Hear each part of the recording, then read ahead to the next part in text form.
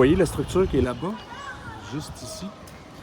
Il y en a un autre ici, puis il y en a à travers la ville, en tout cas certainement dans ce quartier-ci, il y en a un peu partout. Puis ça, ce sont des pigeonniers. Il y a des pigeons là-dedans, il y a des cages avec des pigeons.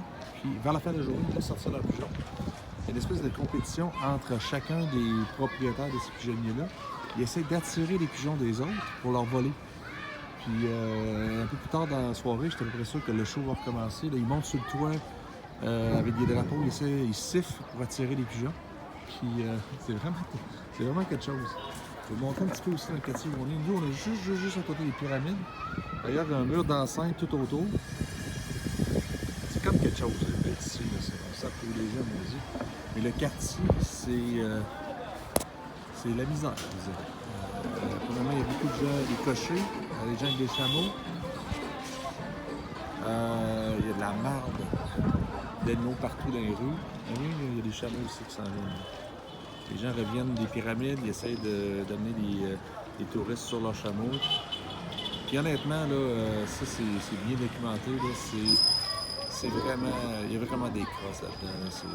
Tu embarques dans une carriole, comme celle-ci. Ils vont faire un tour d'un an. Après ça, tu demandes 200-300$. Quand c'est des gens, en général, n'aiment pas ça chicaner, ils leur donnent puis ils s'en vont. Dans ce temps-là, il faut juste dire non, refuser. Puis à faire appeler la police touristique, parce qu'il y a une police touristique ici. Voyez-vous, il libère ces pigeons là. J'ai vu monter il y a quelques minutes. Éventuellement, il va en avoir plus.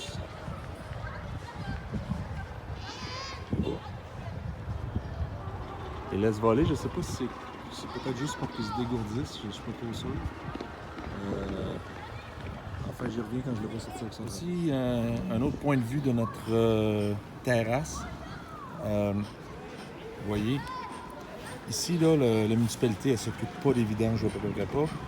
Le propriétaire de l'hôtel ici, il fait balayer plusieurs fois par jour l'avant de sa rue parce qu'il veut que ça soit propre. Mais sinon, ça ressemble à un gros stif de bordel.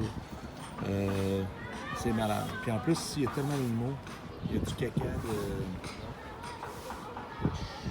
de chevaux et de dromadaires. Ça, c'est le dromadaire. J'ai du chameau tantôt. Partout. Puis ça, c'est... On est vraiment pire en arrière d'un quartier pauvre là, ce matin.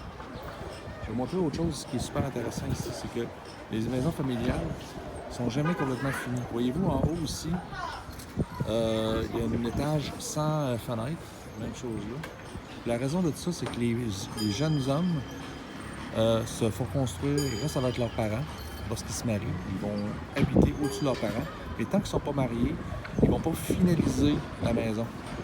Ils vont laisser les portes et les fenêtres ouvertes comme ça. Puis quand ils sont prêts, finalement, et mariés, ils vont faire la finition intérieure, les fenêtres, etc. Fait que vous pouvez voir pendant des années. C'est partout comme ça. On s'est fait expliquer aujourd'hui. Vous trouvez des buildings, des fois, il y avait 2 étages qui ne sont pas terminés. Ils attendent qu'un des hommes se marie pour qu'il puisse s'installer. OK, en voilà un. Vous voyez ces oiseaux? On va essayer de les ramener chez lui. S'assurer qu'il ne l'oublie pas. Là, je ne sais pas si j'en vois un autre. Il n'est pas sorti encore.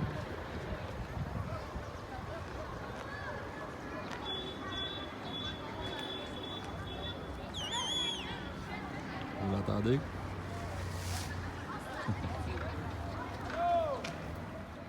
Et le voilà sorti.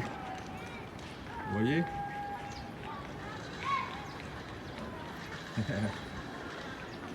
Essaye d'attraper ceux des voisins. Cœur!